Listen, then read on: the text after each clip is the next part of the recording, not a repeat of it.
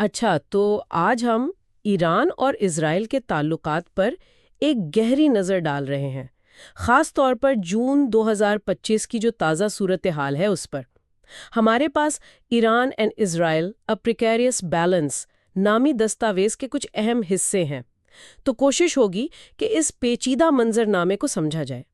مقصد سیدھا سا ہے کہ اصل صورتحال کیا ہے، کیا اہم واقعات ہوئے اور آگے کیا خطرات ہو سکتے ہیں، بس اہم نکات پر بات کریں گے۔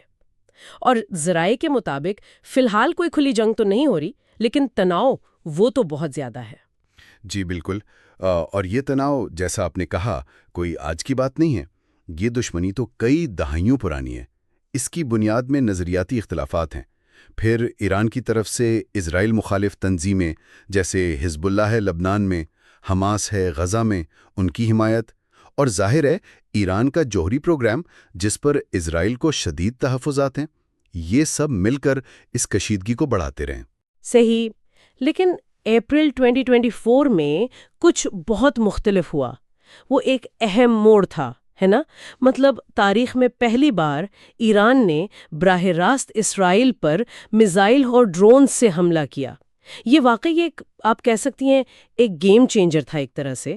اور یہ کہا گیا کہ یہ شام میں ایرانی قونصل خانے پر جو حملہ ہوا تھا اس کا جواب تھا، جس میں ان کے اعلیٰ فوجی افسران مارے گئے تھے۔ جی ہاں، وہ ایک بہت ہی آپ کہہ لیں نازک لمحہ تھا۔ اس نے پورے خطے کو ہلا کر رکھ دیا، اور اسرائیل نے بھی پھر وہ پیچھے نہیں ہٹا، جوابی کارروائی کی۔ اطلاعات یہی تھی کہ ایران کے اندر فوجی اور شاید کچھ جوہری تنصیبات کو بھی نشانہ بنایا گیا۔ یہ بہت خطرناک کشیدگی تھی، لیکن شکر ہے کہ یہ مکمل جنگ تک نہیں گئی۔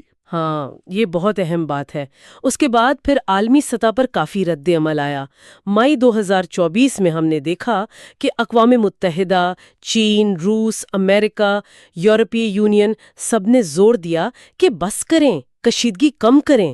بالکل، اور اس عالمی دباؤ کا اثر شاید ہوا بھی، کیونکہ اس کے بعد جو چیز نظر آئی وہ یہ کہ دونوں ملک براہ راست ٹکراؤ سے ذرا پیچھے ہٹے اور واپس اسی پرانی حکمت عملی پر آ گئے جسے پراکسی جنگ کہتے ہیں۔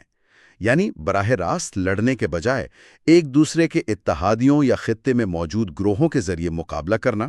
اچھا، تو مطلب وہ براہ راست حملوں والا سلسلہ رک گیا؟ جی فی الحال تو ایسا ہی لگتا ہے۔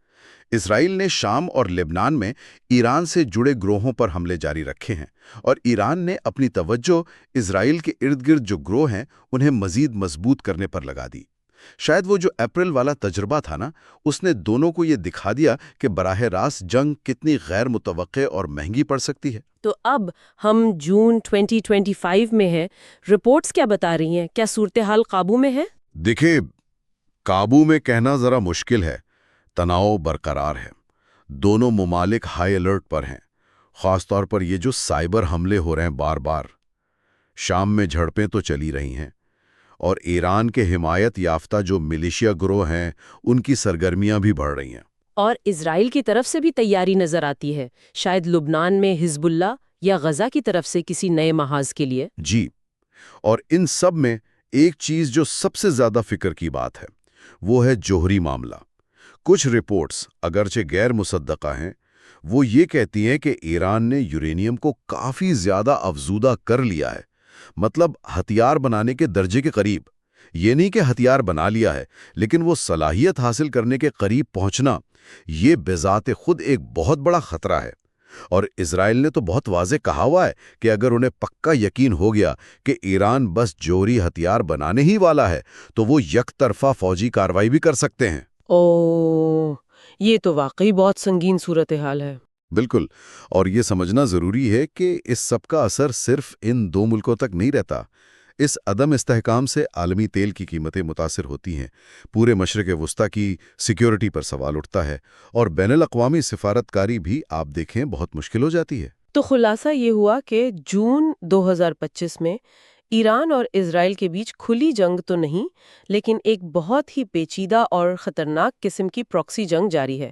چھوٹے موٹے فوجی حملے ہو رہے ہیں، سائبر حملے ہیں، سفارتی سطح پر کوئی رابطہ نہیں، اور خطرہ ہر وقت موجود ہے کہ کوئی غلط فہمی یا کوئی واقعہ حالات کو بہت زیادہ بگاڑ سکتا ہے۔ بالکل صحیح کہا آپ نے، اور یہاں ایک آخری نقطہ جو شاید غور طلب ہے، یہ جو اپریل 2024 میں براہ راست ٹکراؤ ہوا اور پھر دونوں واپس پراکسی جنگ کی طرف چلے گئے، یہ مستقبل میں ان طاقتوں کے درمیان لڑائی کے اصولوں یا جو ان کی ریڈ لائنز ہیں ان کے بارے میں کیا اشارہ دیتا ہے؟